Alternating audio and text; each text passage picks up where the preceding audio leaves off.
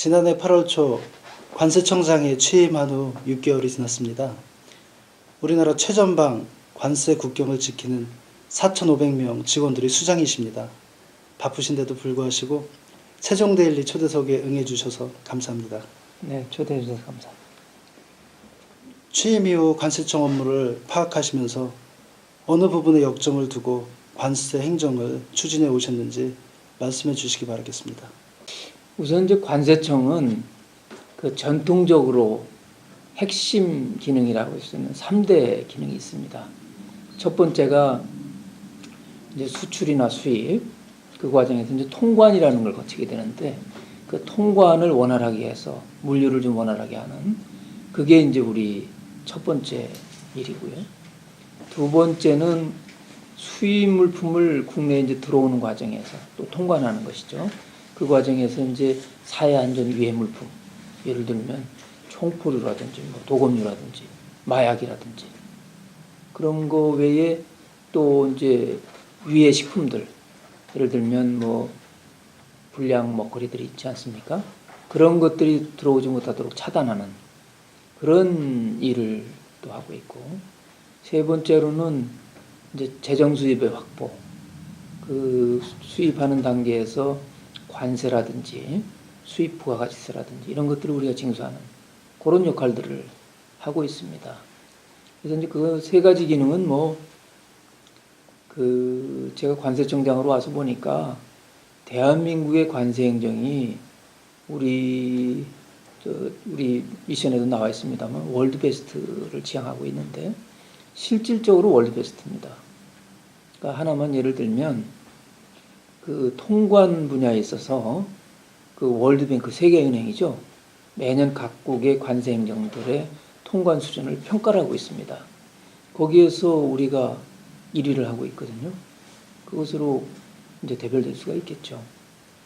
이제 그런 어떤 전통적인 기능에 여전히 이제 역점을 두어서 하는 것 외에 제가 와서 이제 추진한 것 중에 추가로 한 것이 있다면, 대한민국의 관세 행정이 이제 그 사실상 행정 수준이나 서비스 수준이나 이런 걸 보면 그 가히 세계 최고의 수준에 와 있는데, 그게 걸맞게 국제 사회에서, 그러니까 우리 그 관세청들의 이제 모임이 있습니다.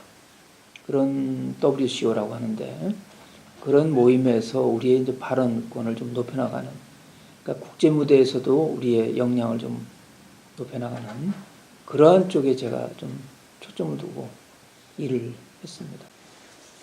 대통령께서도 신년 기조회견에서 밝혔듯이 올해는 경제 살리기가 화두입니다. 관세청에서도 경제 활성화를 위한 다양한 방안들을 준비하고 계실 텐데 어떻게 추진하실지에 대해서 말씀해 주시기 바라겠습니다. 경제 활성화는 정말 최대의 이제 화두이죠. 이제 모든 부처들이 다 뭐 경제 활성화에 이제 역점을 두고 있습니다만, 저희 관세청에서도 몇 가지 측면에서 경제 활성화를 위해 좀 노력하고자 합니다. 크게 보면 한 네 가지 정도가 될 수가 있는데, 첫 번째는 우리 수출 기업들을 지원하는 것입니다. 그러니까 우리나라가 무역을 통해서 부가가치를 굉장히 많이 올리고 있지 않습니까? 그 무역의 이제 근간은 수출이죠. 그래서 이제 수출 기업들이 보다 해외에 나가서 경쟁력을 가질 수 있도록 많은 지원을 하는 그런 내용들을 저희들이 역점적으로 해내려고 합니다. 몇 가지만 예를 든다면 그 서울, 부산, 인천 본부세관에 수출기업 지원센터라는 것을 마련해 놨습니다. 거기서는 우리 수출기업들이 이제 실제 해외에서 겪는 여러 가지 애로들이 있을 수 있습니다. 예를 들어 통관 과정에서 어떤 통관 장벽들이 있고, 또 비관세 장벽이죠. 그런 것들이 존재하기도 하고, 또 우리나라가 이제 FTA를 많이 체결을 해놨기 때문에 FTA를 적용받는 과정에 소위 이제 원산지에 대한 증명에 대한 어떤 행정적인 부담, 이런 것들이 존재합니다. 그런 부분들에 대해서도 우리 수출입 기업 지원센터를 통해서 직접적으로 컨설팅도 해드리고, 또 경우에 따라서는 통관장벽을 좀 해소해주는 그러한 서비스까지도 같이 하는 노력을 하려고 하고 있고요. 두 번째는 이제 내수 시장을 조금 더 키우는 노력을 관세청에서도 하려고 합니다. 그 대표적인 게 이제 저희는 면세점 사업입니다. 현재 우리나라의 이제 외국인 관광객이 매년 뭐 폭발적으로 늘어나고 있거든요. 중국에서 이제 관광객들이 많이 들어오다 보니까 작년 기준으로 보니까 한 1,400만 명 정도가 들어왔다고 합니다. 그 중에 중국인 관광객이 600만 명이 넘었거든요. 그런데 이제 이런 추세가 앞으로도 뭐 우리 문체부의 전망에 따르면 최근 한 3, 4년 내에 2천만 명까지 늘어나겠다는 그런 전망을 하고 있습니다. 그에 따라서 면세점 수요도 굉장히 폭발적으로 늘어나고 있습니다.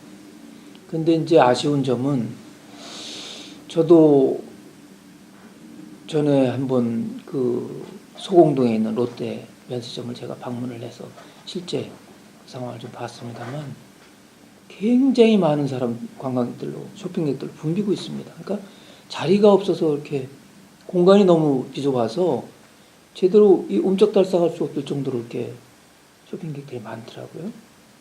그거는 뭘 얘기하느냐 하면 공급이 수요를 못 따라가는 상황이라는 거죠. 그래서 면세점을 조금 더 늘려야 되는 그러한 지금 상황이 있습니다. 그래서 지난번 우리 경제관계 장관회에서 발표가 됐습니다만 서울과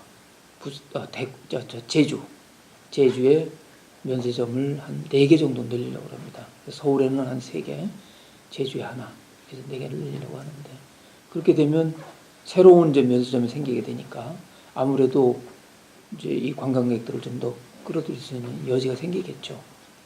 그래서 면세점을 키우게 되면 사실은 면세점은 보이지 않는 수출입니다.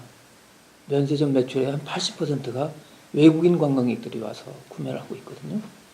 그러니까 면세점 매출에 작년에 한 8조 한 3천억 됐으니까 한 6조 이상은 해외 관광객들이 와서 구매를 해온 겁니다. 그러니까 수출이죠, 사실상. 그러니까 그런 측면에서 우리가 면세점을 늘리고 매출이 늘어나면 그만큼 수출이 늘어나면서 거기서 부가가치가 생기는 굉장히 이제 국내 경제를 활성화할 수 있는 유용한 수단이 된다고 저희들은 보고 있습니다. 하여튼 그런 면세점을 키우는데 저희가 또 지원을 하고자 합니다. 세 번째는 이제 중소기업에 대한 경쟁력 제고를 위해서 저희가 여러 가지로 노력하고 있습니다. 그런 부분을 금년에도 지속적으로 꾸준히 지원을 좀 강화하는 그런 노력들을 계속해 나가려고 합니다. 예를 들면 FTA와 관련해서 보면 아까 말씀드린 것처럼 우리 중소기업들이 제일로 애로를 겪는 게 해외 수출할 때 이제 원산지를 증명하는 겁니다. 근데 그 원산지 규정이 굉장히 복잡합니다.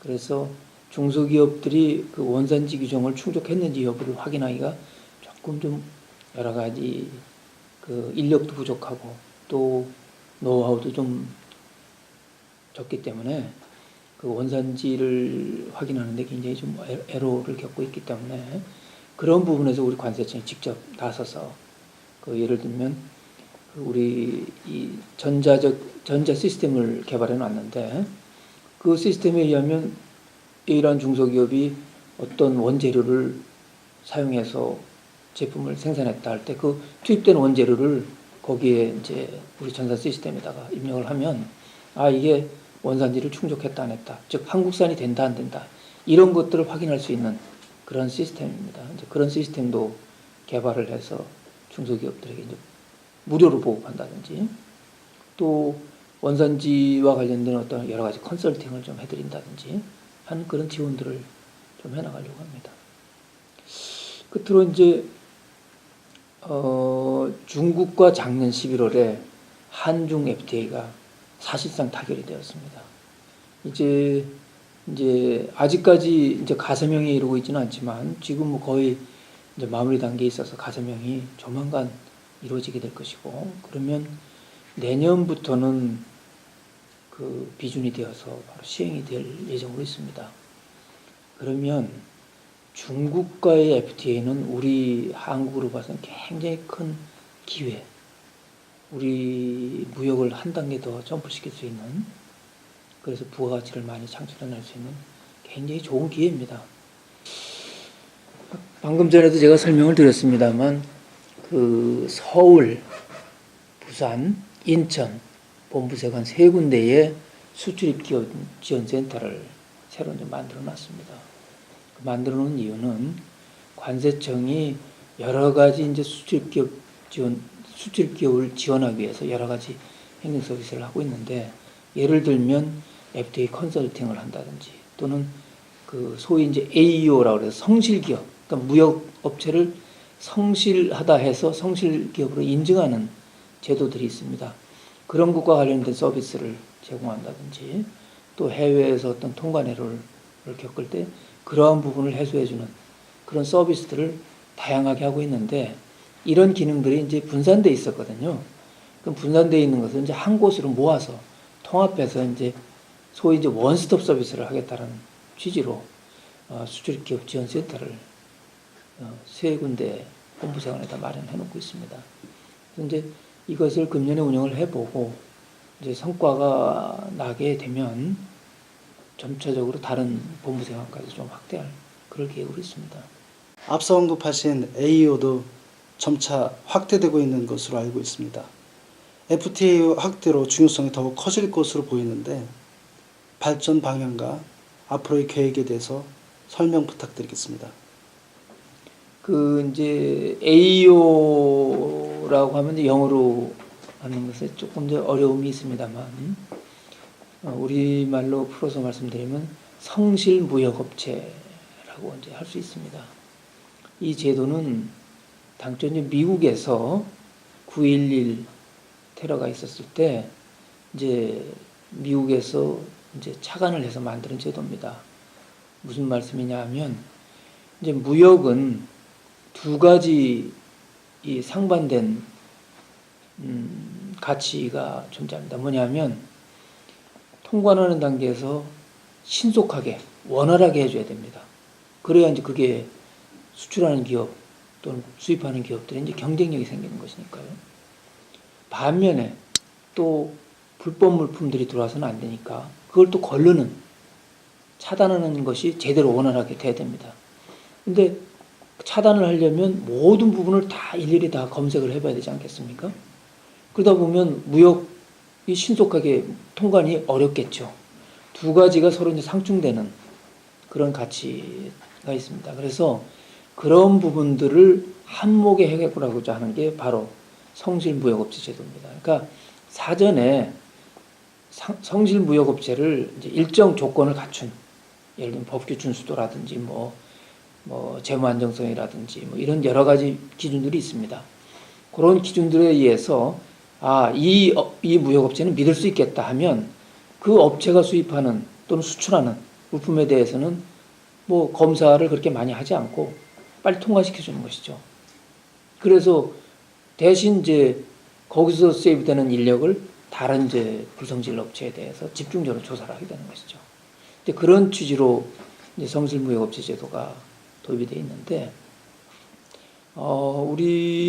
우리나라도 이 성실무역업체를 그래서 많이 지정을 하고 있습니다. 지금 현재 한 업체 수는 한 350여 개 정도가 지정이 되어 있는데, 그런 업체들은 우리나라에 수입해 올 때, 우리나라에서 또 수출을 할 때, 우리가 이제 성실하다고 인정된 업체니까 신속하게 통관을 시켜줍니다. 그리고 상대방 국가에 이제 우리로 보면 수출이지만 상대방 국가에 이제 수입이지 않겠습니까? 그 단계에서도 또 서로, 예를 들면 한국과 미국 간에 성실무역업체는 서로 인정을 해주자 하는 상호인정 협정을 맺어놓고 있습니다. 그러면 우리 이제 성실무역업체가 수출하는 그 부분에 대해서는 그쪽에서 신속하게 이제 통관을 시켜주는 것이죠. 서로 신뢰하에. 그런 식으로 해서 이제 우리 기업들이 굉장히 이제 경쟁력을 갖게 되는 것입니다. 이제 여행객의 편의를 제고하는 차원에서 지난해 이제 9월 5일부터 면세 한도를 400불에서 600불로 상향을 했습니다. 근데 이제 가장 중요한 것은 이 상향했다는 것보다는 우리 여행객들께서, 국민들께서 면세 한도를 지켜주시는 것, 이게 좀 중요하다고 저는 봅니다. 예를 들면 해외 여행 갔다 오면서 핸드백 뭐 한 100만 원짜리 되는 이런 핸드백을 사가지고 들어온다. 그러면서 신고 안 하고 오니까 들어오는 경우들이 상당히 많이 있거든요. 또 뭐 걸리면 그때는 아예 내가 운이 없어서 걸렸다. 안 걸리고 들어오면 다행히 뭐 나 재수가 좋았다. 이렇게들 하면서 하고 있거든요. 근데 이런 문화는 좀 고쳐야 되겠다. 이제 600불로 상향 조정된 만큼 600불을 넘어가는 금액에 대해서는 세금을 좀 내면서 떳떳하게 들어오는 그런 문화가 좀 만들어져야 되겠다. 그래서 이제 600불로 올리면서 저희들이 제도를 또 일부 좀 보완, 개선한 점이 있는데요. 성실하게 신고를 하시면 추가적으로 납부해야 될 세금의 30%를 경감해 드립니다. 예를 들어 1000불짜리 핸드백을 사가지고 들어오면서 신고를 하시게 되면 600불을 제외한 나머지 400불에 대해서 세금을 냅니다. 그게 아마 뭐 간이세액표에 의하면 한 20% 정도 세금이 될 테니까 대략 400불을 40만 원이라고 치고 20%면 8만 원의 세금을 내야 되지 않습니까? 근데 그것에 대해서 30%를 경감해 주니까 그러면 한 5만 6천 원만 세금을 내시면 되는 거죠. 그런데 이제 반대로 세금을 안 내고 들어오시다 걸렸다. 그러면 가산세가 부과가 됩니다. 가산세를 더 높여놨습니다. 그래서 기본적으로 40%가 가산세가 되고요. 2번 넘게 걸리면 60%까지 최대 가산세를 부과됩니다. 그러니까 결국 성실하게 신고할 때와 나중에 불성실하게 신고해서 걸릴 때하고는 거의 세금이 배 차이가 나는 그런 상황이 됩니다. 그러니까 가급적 이제 성실하게 신고할 수 있는 그러한 쪽으로 유도를 해나가야 되겠다. 그래서 저희들이 적극적으로 좀 국민들께 좀 알리고자 합니다. 그런 노력을 통해서 어떤 성실하게 이렇게 신고하는 그런 문화가 좀 정착되는 그런 것이 좀 필요하다고 봅니다. 기본적으로는 이제 유해 물품은 저희들이 이제 100% 완벽하게 차단하는 방법은 모든 수입식품에 대해서 다 전량 검사하는 것입니다. 근데 전량 검사를 하게 되면 아까 말씀드렸던 것처럼 통관이 지체되면서 이제 문제가 생길 수 있죠. 이제 그런 부분에 대해서 저희들이 대안을 가지고 있는 것은 소위 위험관리 시스템이라고 해서 예를 들면 특정국이나 특정 수입 업체가 가지고 들어오는 것, 소위 이제 불성실 업체들로 불성실 무역국으로 저희들이 나름대로 가지고 있는 기준들이 있습니다. 그런 데이터들이 있습니다. 그런 데이터를 우리 관세청 내부 시스템에 입력을 해놓고 있습니다. 그래서 그런 쪽에 대해서는 좀 더 검사를 좀 높여나가고 나머지 이제 성실한 업체들이라고 하는 데는 검사를 좀 낮게 차등화하는 그런 쪽을 통해서 효율적으로 우리 유해 물품들이 들어오지 않도록 하는 그런 방식을 가지고 있습니다. 그래서 그걸 좀 더 정교하게 어떤 국가, 어떤 업체가 불성실 업체냐, 불성실 국가냐 이런 부분들 좀 더 계속 좀 정교하게 좀 만들어 나가는 그런 노력이 좀 필요하다라는 생각이 들고요. 두 번째는 그 이제 기술적인 얘기입니다만 이게 특정 시기에 이 불법 물품들이 들어오는 그런 부분들이 많이 있습니다. 그런 때는 우리가 집중적으로 단속을 좀 더 강화하는 그런 노력들. 예를 또 뭐 그 어떤 그 감시 종합 상황실이라고 해서 그런 것들을 좀 활성화해서 그걸 통해서 좀 적극적으로 검사 노력을 해나가는 그런 노력들을 좀 해나가려고 하고 있습니다. 청장님은 증평 출신으로서 청주고를 졸업하셨습니다. 충북 도민에게 당부하실 말씀이 있다면 들려주시기 바라겠습니다. 저는 그 지금까지 살아오면서 우리 충북 출신이라는 부분에 대해서 굉장히 마음속으로 자랑스럽게 생각하고 있습니다. 또 제가 태어난 고향인 증평에 대한 또 많은 애정도 가지고 있고요. 좁게는 증평에 대해서지만 좀 더 넓게 한다면 우리 고향 충북에 대해서 정말 커다란 애정을 가지고 있습니다. 그런데 제가 이제 서울에서 주로 떨어져 생활을 하다 보니까 직접적으로 우리 고향에 대해서는 뭐 특별한 이렇게 기여를 못하고 있습니다만 우리 충북이 나날이 발전하는 모습을 보고 있어서 상당히 마음 한편으로는 든든하기도 하고 기쁩니다.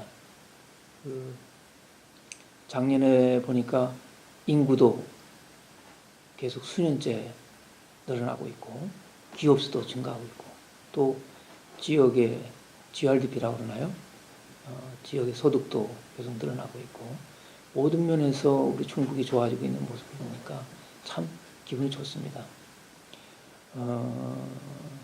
지금까지도 우리 충북이 잘 되어 왔지만 앞으로도 더더욱 더 발전해서 우리 충북이 전국에서 제일로 나은 도시가 되었으면 좋겠다. 지역이 되었으면 좋겠다. 그런 바람은 가지고 있고요. 저는 지금까지 그렇게 우리 충북 발전에 대해서 많은 기여를 하지는 못하고 살았습니다만 앞으로도 조금이나마 기회가 된다면 미력이나마 도움이 될 수 있도록 최선의 노력을 다해 나가겠습니다. 청장님은 충북의 자산이자 고향 후배들에게 충북인이란 자긍심을 심어주었습니다. 관세청장 임기를 큰 대가 없이 마치시고 지역에서 큰일 하시기를 기대하겠습니다. 감사합니다. 감사합니다.